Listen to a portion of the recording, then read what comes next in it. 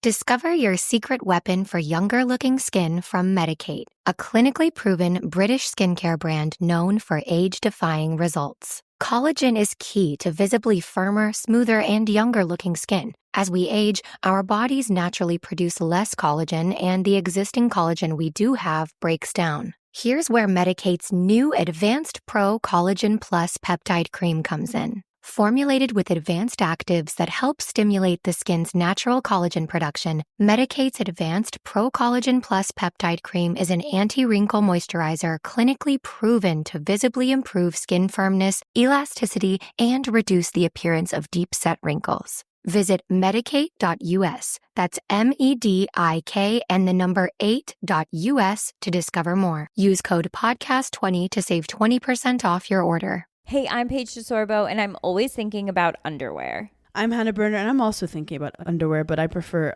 full coverage. I like to call them my granny panties. Actually, I never think about underwear. That's the magic of Tommy John.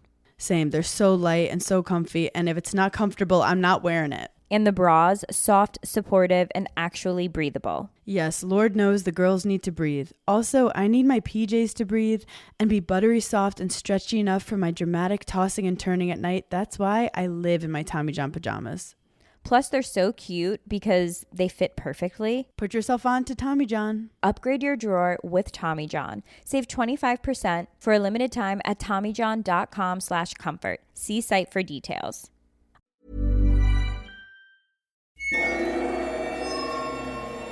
Welcome to LitReading. I'm Don McDonald. A young man cramming for his university math exams finds what seems like the perfect study retreat, a lonely old house. However, the locals believe that what they call the judge's house is haunted by the cruel magistrate who lived there. As a man of science, this young man believes himself immune to ghost stories.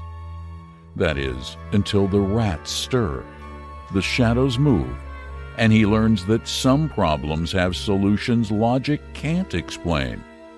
From Bram Stoker, master of Gothic horror, comes a tale of arrogance, superstition, and judgment. The Judge's House.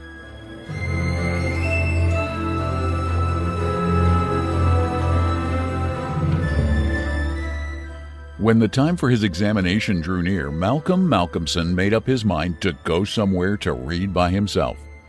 He feared the attractions of the seaside, and he also feared completely rural isolation, for of old he knew its charms. And so he determined to find some unpretentious little town where there would be nothing to distract him. He refrained from asking suggestions from any of his friends, for he argued that each would recommend some place of which he had knowledge and where he had already acquaintances.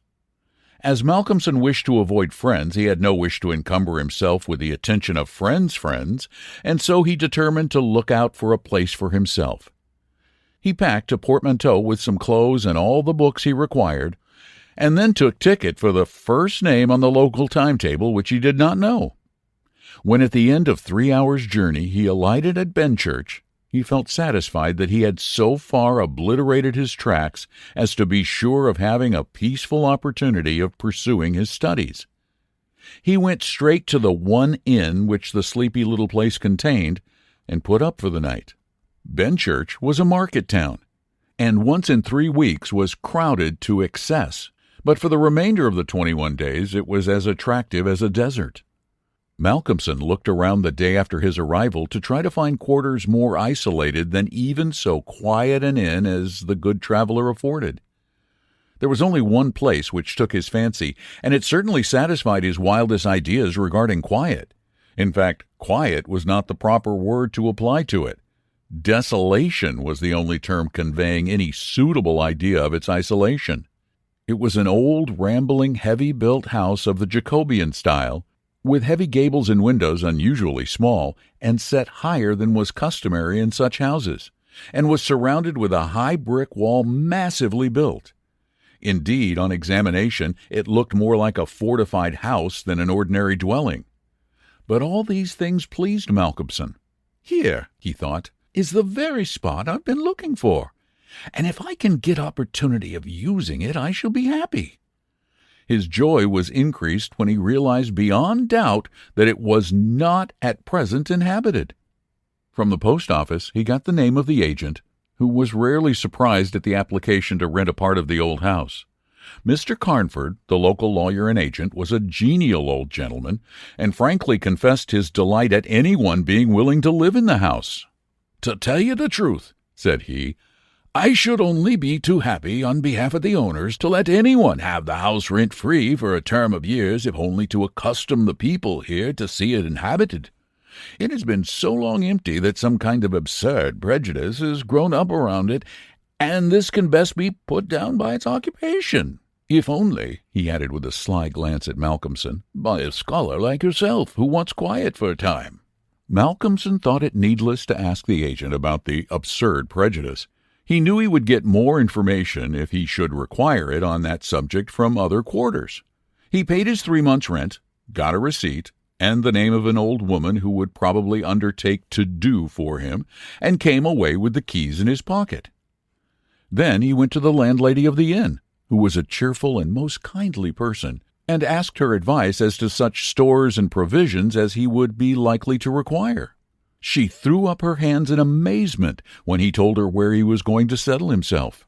"Not the judge's house?" she said, and grew pale as she spoke. He explained the locality of the house, saying he did not know its name. When he had finished, she answered, "Aye, sure enough, the very place. It is the judge's house, sure enough."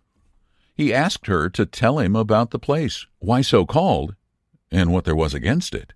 She told him that it was so called locally because it had been many years before, how long she could not say, as she herself was from another part of the country, but she thought it must have been 100 years or more, the abode of a judge who was held in great terror on account of his harsh sentences and his hostility to prisoners at the assizes.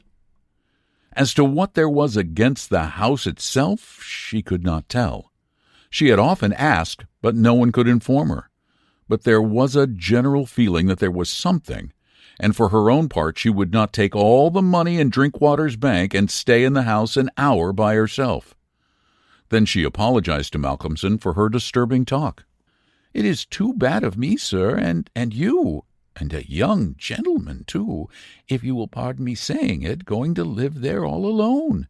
If you were my boy, and you'll excuse me for saying it, you wouldn't sleep there a night, not if I had to go there myself and pull the big alarm bell that's on the roof." The good creature was so manifestly in earnest, and was so kindly in her intentions, that Malcolmson, although amused, was touched. He told her kindly how much he appreciated her interest in him, and added, "But, my dear Mrs. Witham, indeed you need not be concerned about me. A man who is reading for the mathematical tripos has too much to think of to be disturbed by any of these mysterious somethings, and his work is of too exact and prosaic a kind to allow of his having any corner in his mind for mysteries of any kind. Harmonical progression, permutations and combinations, and elliptic functions have sufficient mysteries for me."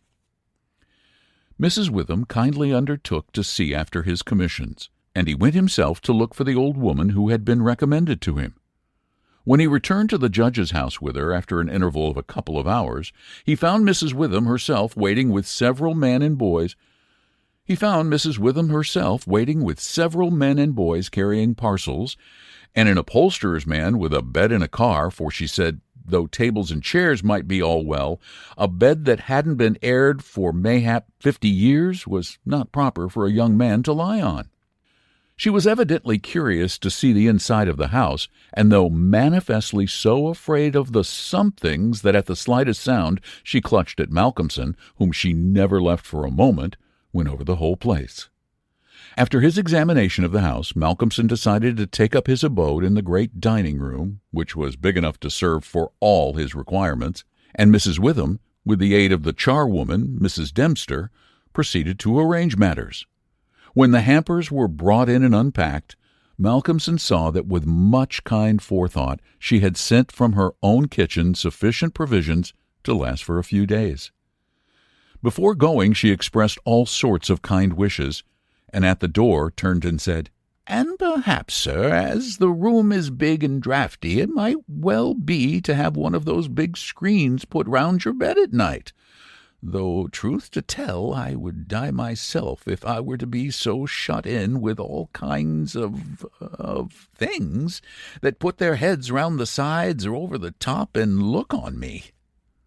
The image which she had called up was too much for her nerves, and she fled incontinently.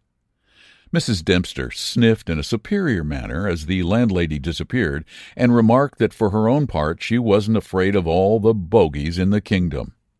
"I'll tell you what it is, sir," she said. "Bogies is all kinds and sorts of things, except bogies.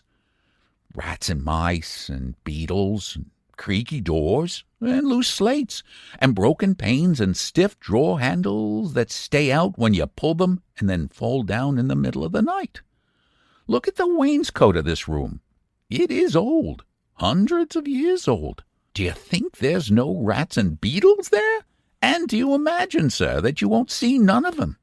Rats is bogies, I tell you, and bogies is rats, and don't you get to think anything else." "Mrs. Dempster," said Malcolmson gravely, making her a polite bow, "you know more than a senior wrangler. And let me say that, as a mark of my esteem for your indubitable soundness of head and heart, I shall, when I go, give you possession of this house and will let you stay here by yourself for the last 2 months of my tenancy, for 4 weeks will serve my purpose." "Thank you kindly, sir," she answered, "but I couldn't sleep away from home at night. I am in greenhouse charity, and if I slept a night away from my rooms, I should lose all I have got to live on.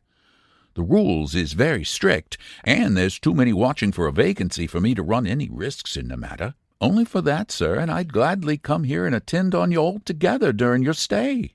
"My good woman," said Malcolmson hastily, "I have come here on purpose to attain solitude, and believe me that I am grateful to the late Greenhouse for having so organized his admirable charity, whatever it is, that I am perforce denied the opportunity of suffering from such a form of temptation. St. Anthony himself could not have been more rigid on the point." The old woman laughed harshly. "Ah, you young gentleman," she said, "you don't fear for naught, and belike you'll get all the solitude you want here." She set to work with her cleaning, and by nightfall, when Malcolmson returned from his walk, he always had one of his books to study as he walked, he found the room swept and tidied, a fire burning in the old hearth, the lamp lit, and the table spread for supper with Mrs. Witham's excellent fare. "This is comfort indeed," he said as he rubbed his hands. When he had finished his supper and lifted the tray to the other end of the great oak dining table, he got out his books again, put fresh wood on the fire, trimmed his lamp, and set himself down to a spell of real hard work. He went on without pause till about 11 o'clock, when he knocked off for a bit to fix his fire and lamp and to make himself a cup of tea. He had always been a tea drinker, and during his college life he sat late at work and had taken tea late. The rest was a great luxury to him, and he enjoyed it with a sense of delicious, voluptuous ease. The renewed fire leaped and sparkled and threw quaint shadows through the great old room, and as he sipped his hot tea he reveled in the sense of isolation from his kind. Then it was that he began to notice for the first time what a noise the rats were making.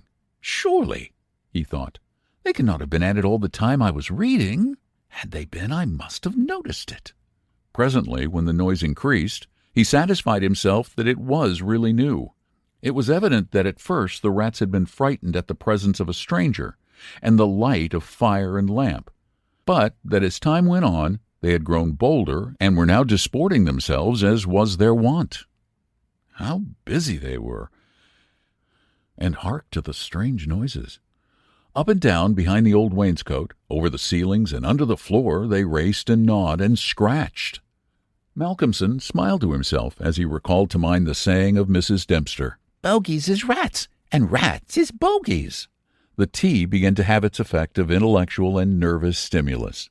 He saw with joy another long spell of work to be done before the night was past, and in the sense of security which it gave him, he allowed himself the luxury of a good look round the room. He took his lamp in one hand and went all around, wondering that so quaint and beautiful an old house had been so long neglected. The carving of the oak on the panels of the wainscot was fine, and on and round the doors and windows it was beautiful and of rare merit. There were some old pictures on the walls, but they were coated so thick with dust and dirt that he could not distinguish any detail of them, though he held his lamp as high as he could over his head. Here and there, as he went round, he saw some crack or hole blocked for a moment by the face of a rat with its bright eyes glittering in the light.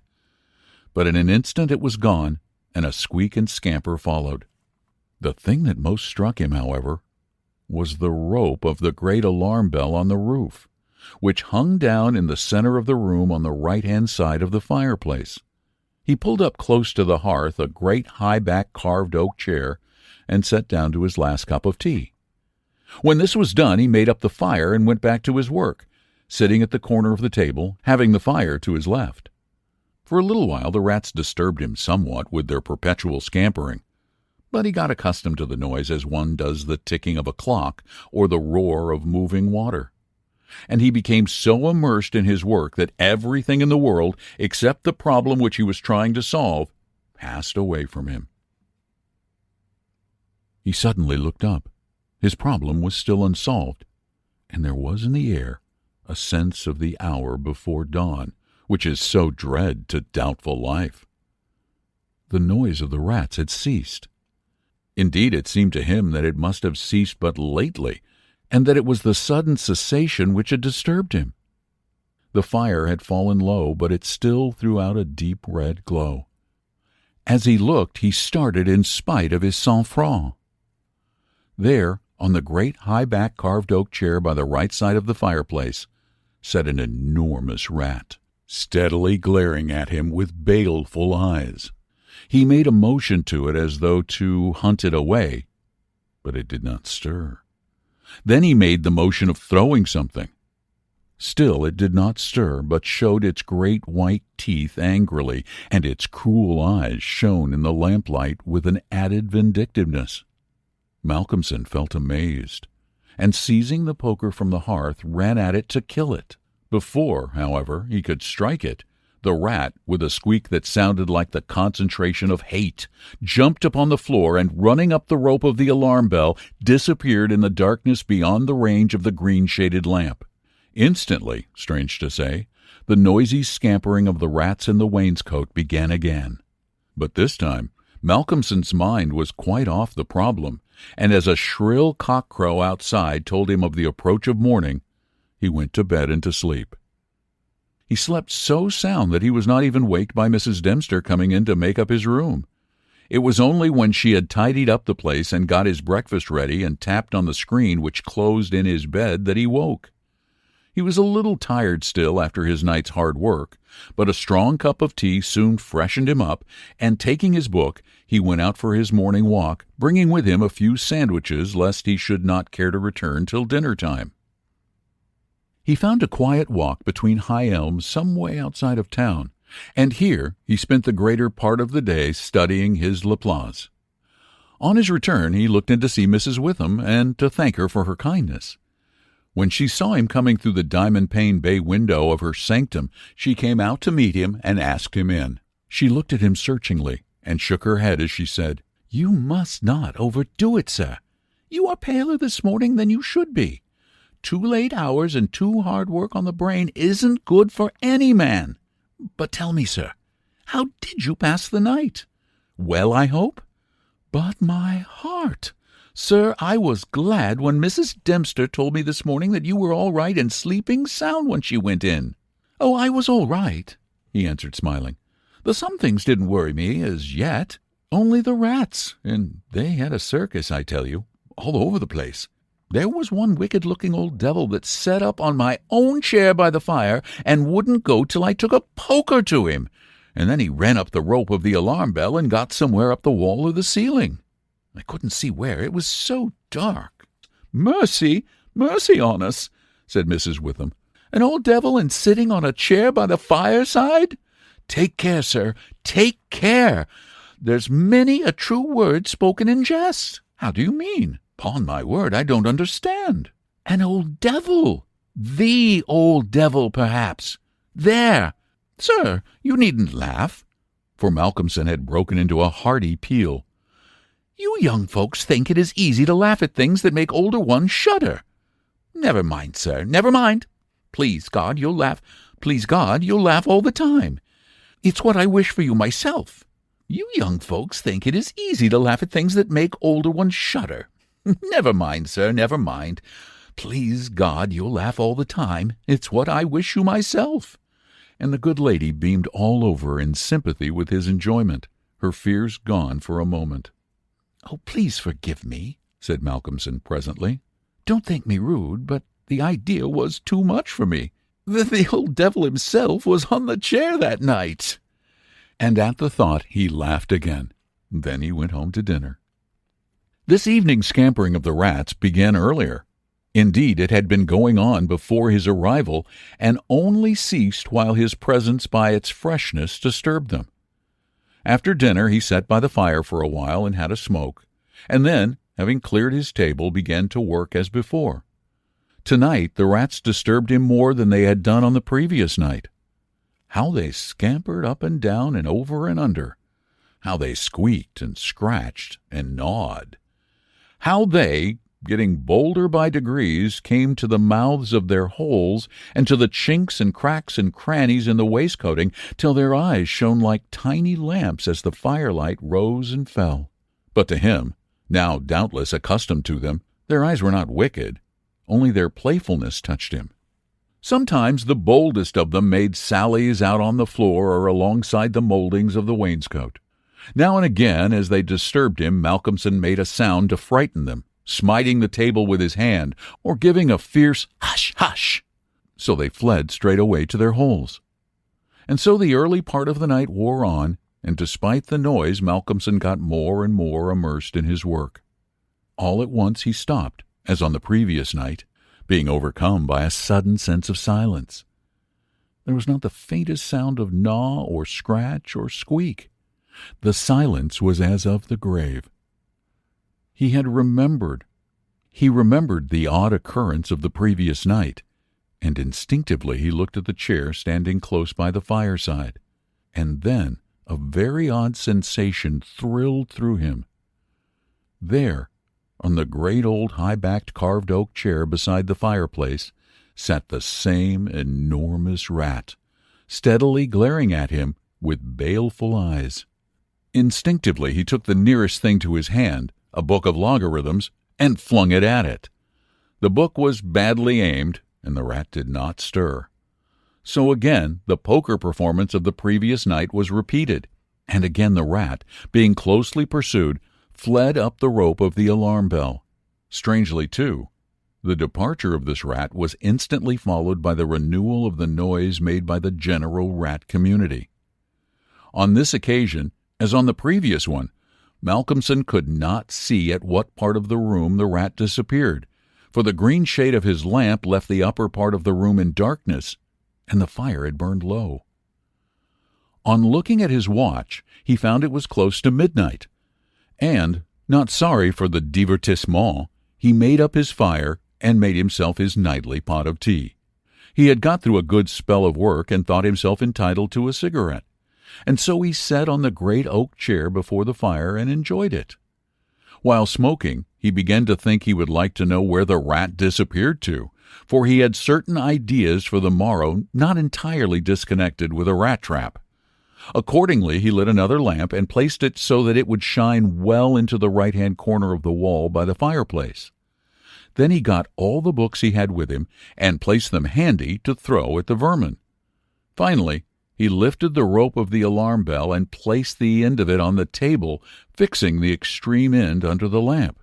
As he handled it, he could not help noticing how pliable it was, especially for so strong a rope and one not in use. You could hang a man with it, he thought to himself. When his preparations were made, he looked around and said complacently, "There now, my friend, I think we shall learn something of you this time."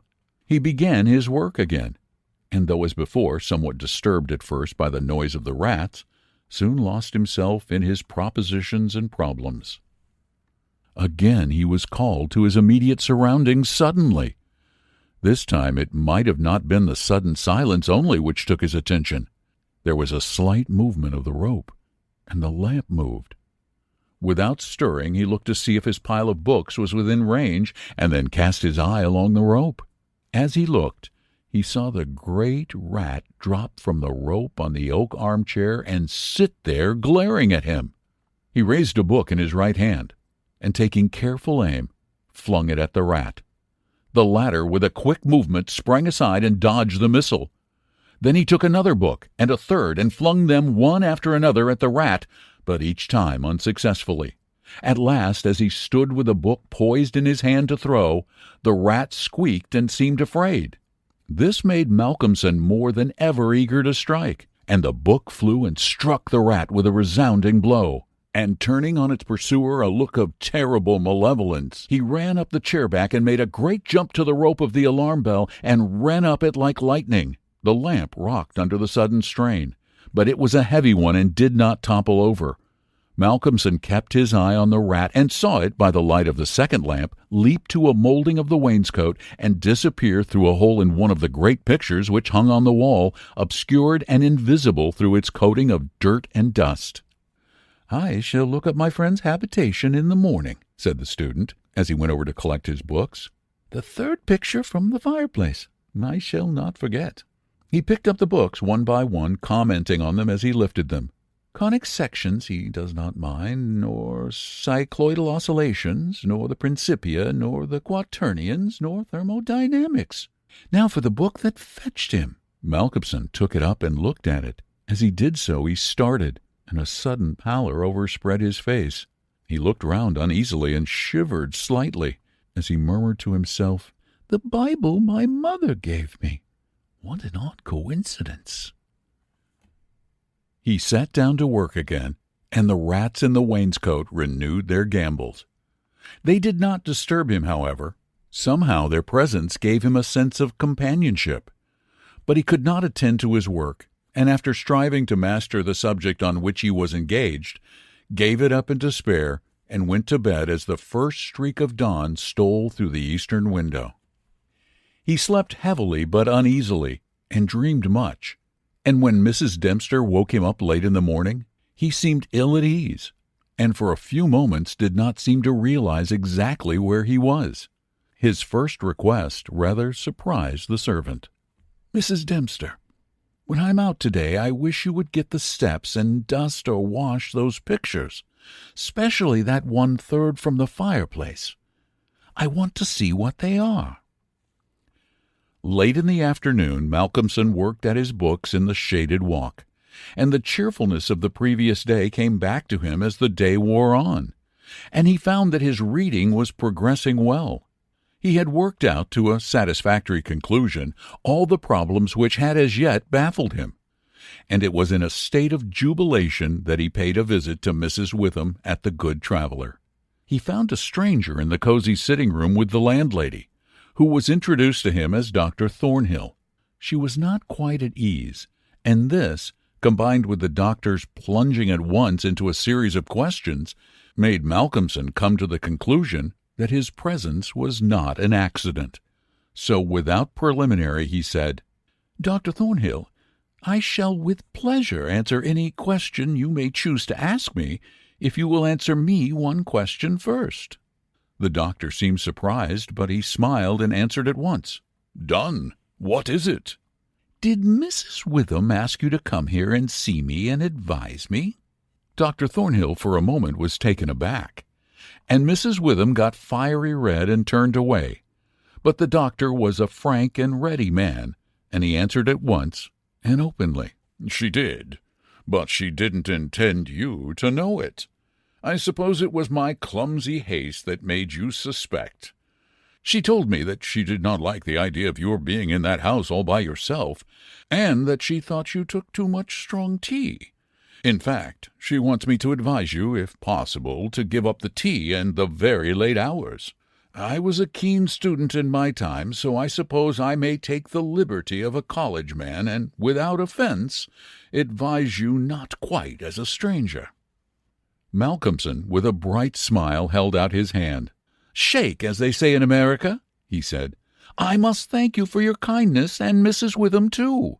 And your kindness deserves a return on my part. I promise to take no more strong tea, no tea at all till you let me, and I shall go to bed at night at 1 o'clock at latest. Will that do? Capital, said the doctor. Now tell us all that you noticed in the old house. And so Malcolmson then and there told in minute detail all that had happened in the last 2 nights. He was interrupted every now and then by some exclamation from Mrs. Witham, till finally, when he told the episode of the Bible, the landlady's pent-up emotions found vent in a shriek, and it was not till a stiff glass of brandy and water had been administered that she grew composed again. Dr. Thornhill listened with a face of growing gravity, and when the narrative was complete and Mrs. Witham had been restored, he asked, "The rat always went up the rope of the alarm bell?" "Always." "I suppose you know," said the doctor after a pause, "what that rope is?" "No." "It is," said the doctor slowly, "the very rope which the hangman used for all the victims of the judge's rancor." Here he was interrupted by another scream from Mrs. Witham, and steps had to be taken for her recovery. Malcolmson, having looked at his watch and found that it was close to his dinner hour, had gone home before her complete recovery. When Mrs. Witham was herself again, she almost assailed the doctor with angry questions as to what he meant by putting such horrible ideas into the poor young man's mind. "He has quite enough there already to upset him," she added. Dr. Thornhill replied, "My dear madam, I had a distinct purpose in it. I wanted to draw his attention to the bell rope and to fix it there. It may be that he is in a highly overwrought state and has been studying too much, although I am bound to say that he seems as sound and healthy a young man, mentally and bodily, as I ever saw. But then the rats, and the suggestion of the devil." The doctor shook his head and went on. "I would have offered to go and stay the first night with him, but that I felt sure it would have been a cause of offense. He may get in the night some strange fright or hallucination, and if he does, I want him to pull that rope. All alone as he is, it will give us warning, and we may reach him in time to be of service. I shall be sitting up pretty late tonight, and shall keep my ears open. Do not be alarmed if Benchurch gets a surprise before morning." "Oh, doctor, what do you mean? What do you mean?" "I mean this, that possibly, nay, more probably, we shall hear the great alarm bell from the judge's house tonight." And the doctor made about as effective an exit as could be thought of. When Malcolmson arrived home, he found that it was a little after his usual time, and Mrs. Dempster had gone away. The rules of greenhouse charity were not to be neglected. He was glad to see that the place was bright and tidy with a cheerful fire and a well-trimmed lamp.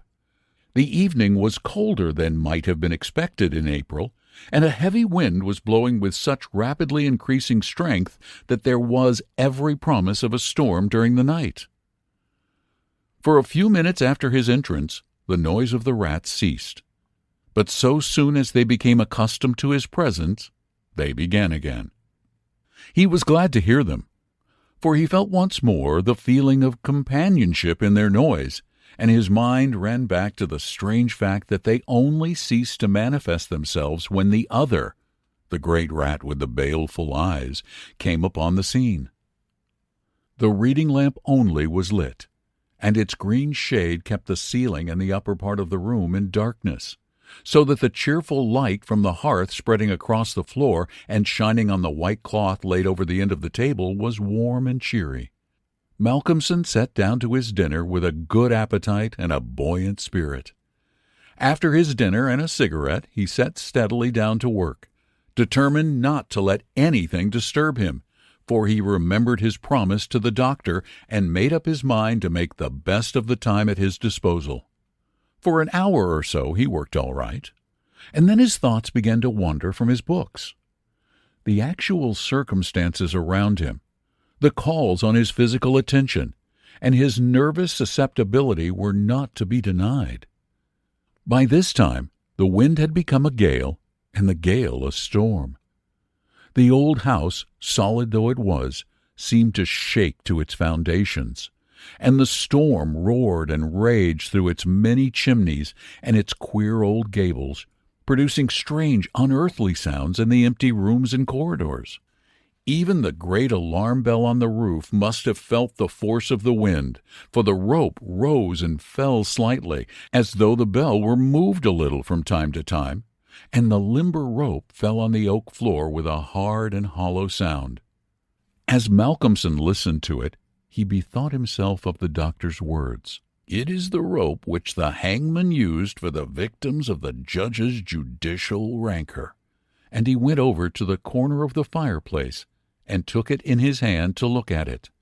There seemed a sort of deadly interest in it, and as he stood there, he lost himself for a moment in speculation as to who those victims were, and the grim wish of the judge to have such a ghastly relic ever under his eyes. As he stood there, the swaying of the bell on the roof still lifted the rope now and again. But presently there came a new sensation, a sort of tremor in the rope, as though something was moving along it. Looking up instinctively, Malcolmson saw the great rat coming slowly down towards him, glaring at him steadily. He dropped the rope and started back with a muttered curse, and the rat, turning, ran up the rope again and disappeared. And at the same instant Malcolmson became conscious that the noise of the rats, which had ceased for a while, began again. All this set him thinking, and it occurred to him that he had not investigated the lair of the rat or looked at the pictures as he had intended. He lit the other lamp without the shade, and holding it up went and stood opposite of the third picture from the fireplace on the right-hand side where he had seen the rat disappear on the previous night. At first glance he started back so suddenly that he almost dropped the lamp, and a deadly pallor overspread his face. His knees shook, and heavy drops of sweat came on his forehead, and he trembled like an aspen. But he was young and plucky, and pulled himself together, and after the pause of a few seconds stepped forward again, raised the lamp, and examined the picture which had been dusted and washed, and now stood out clearly. It was of a judge dressed in his robes of scarlet and ermine. His face was strong and merciless, evil, crafty and vindictive, with a sensual mouth, hooked nose of ruddy color, and shaped like the beak of a bird of prey. The rest of the face was of a cadaverous color. The eyes were of peculiar brilliance and with a terribly malignant expression. As he looked at them, Malcolmson grew cold, for he saw there the very counterpart of the eyes of the great rats. The lamp almost fell from his hand. He saw the rat with its baleful eyes peering out through the hole in the corner of the picture, and noted the sudden cessation of the noise of the other rats. However, he pulled himself together and went on with his examination of the picture. The judge was seated in a great high-backed carved oak chair on the right-hand side of the stone fireplace where, in the corner, a rope hung down from the ceiling, its end lying coiled on the floor. With the feeling of something like horror, Malcolmson recognized the scene of the room as it stood, and gazed around him in an awestruck manner as though he expected to find some strange presence behind him. Then he looked over to the corner of the fireplace, and with a loud cry he let the lamp fall from his hand. There, in the judge's armchair, with the rope hanging behind, sat the rat with the judge's baleful eyes, now intensified and with a fiendish leer. Save for the howling of the storm without, there was silence. The fallen lamp recalled Malcolmson to himself. Fortunately, it was of metal, and so the oil was not spilt. However, the practical need of attending to it settled at once his nervous apprehensions.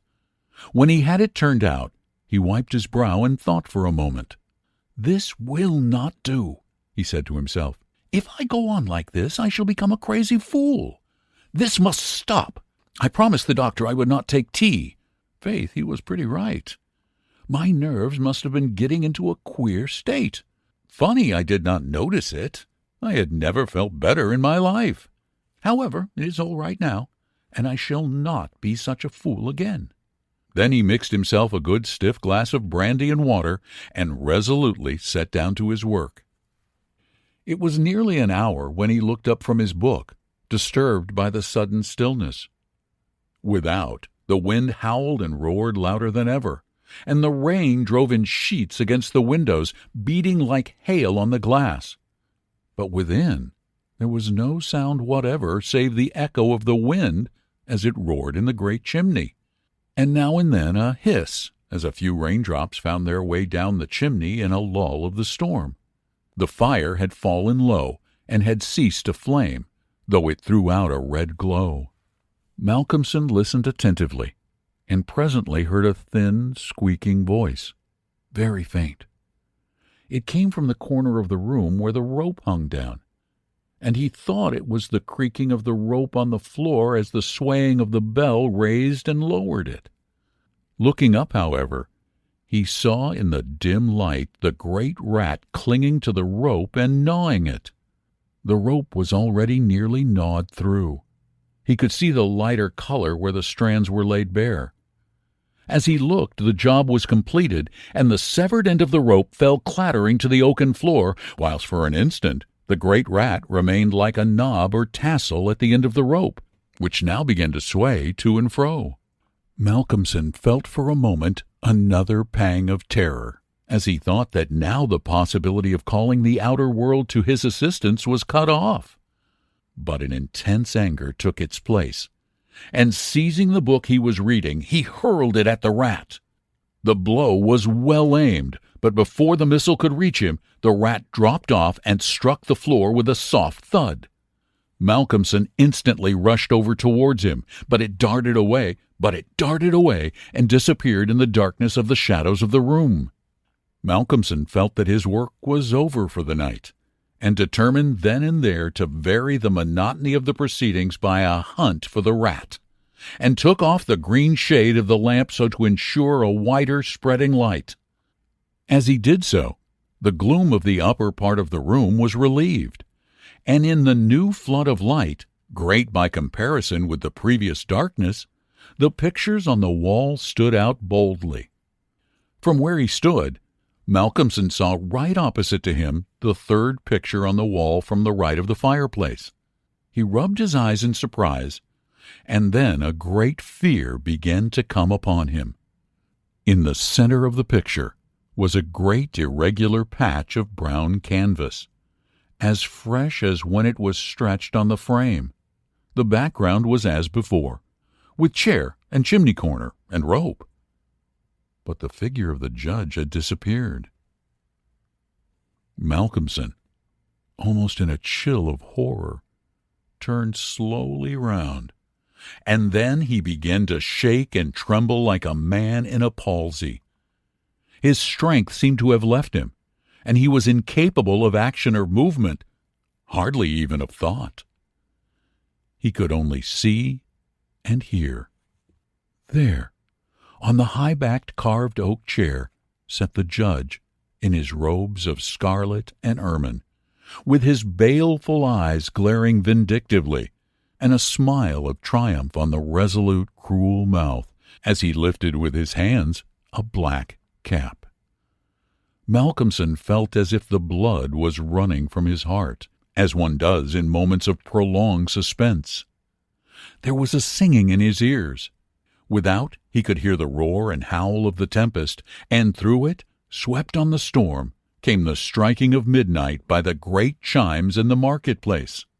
He stood for a space of time that seemed to him endless, still as a statue, and with wide-open, horror-struck eyes, breathless.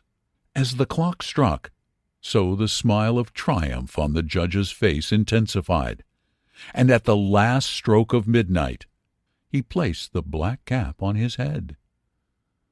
Slowly and deliberately, the judge rose from his chair and picked up the piece of rope of the alarm bell which lay on the floor, drew it through his hands as if he enjoyed its touch, and then deliberately began to knot one end of it fashioning it into a noose.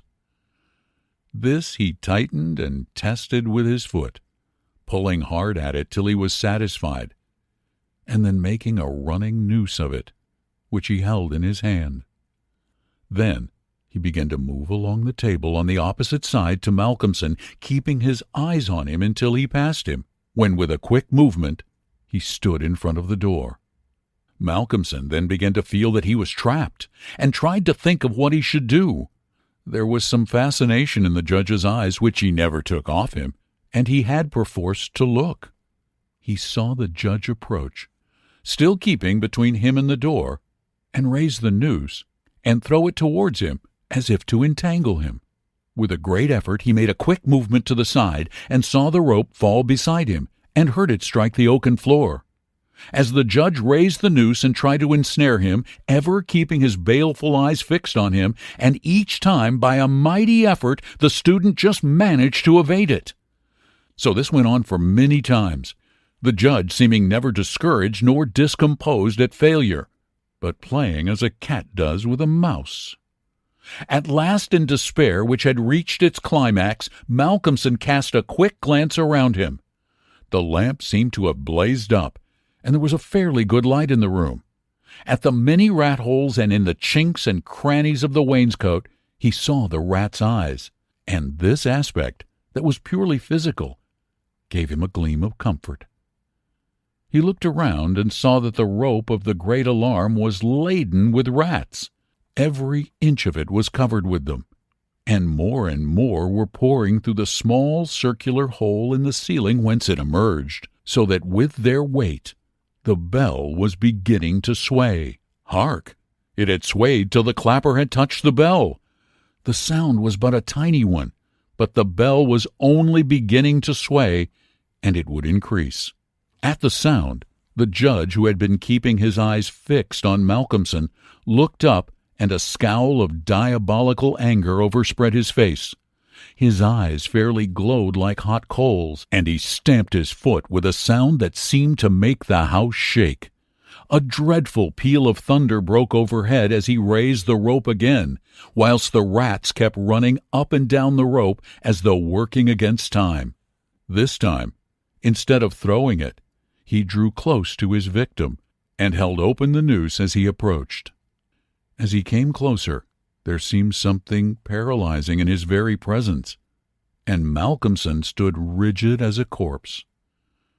He felt the judge's icy fingers touch his throat as he adjusted the rope. The noose tightened.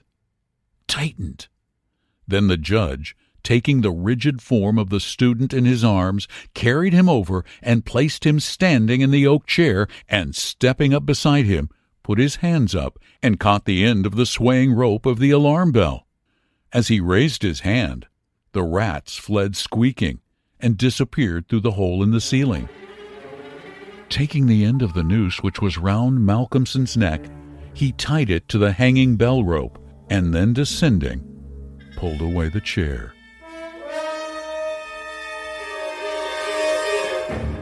When the alarm bell of the judge's house began to sound, a crowd soon assembled. Lights and torches of various kinds appeared, and soon a silent crowd was hurrying to the spot. They knocked loudly at the door, but there was no reply. Then they burst in the door and poured into the great dining room, the doctor at the head. There, at the end of the rope of the great alarm bell, hung the body of the student, and on the face of the judge in the picture was a malignant smile.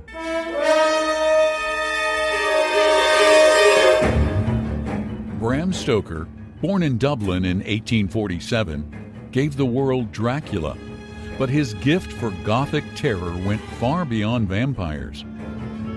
Before his fame, he managed the great actor Henry Irving, sharpening his eye for atmosphere and drama. First published in 1891, The Judge's House blends academic pride with supernatural justice in a setting where the past refuses to die. Stoker died in 1912, but his stories still shape horror today, reminding us that what we think we know may be far less frightening than what we don't. Thank you for listening to Lit Reading. If you like what you hear, please tell a friend.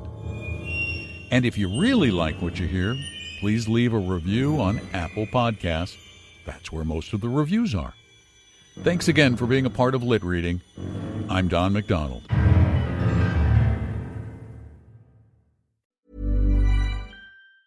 Hey, I'm Paige DeSorbo, and I'm always thinking about underwear. I'm Hannah Berner, and I'm also thinking about underwear, but I prefer full coverage. I like to call them my granny panties. Actually, I never think about underwear. That's the magic of Tommy John.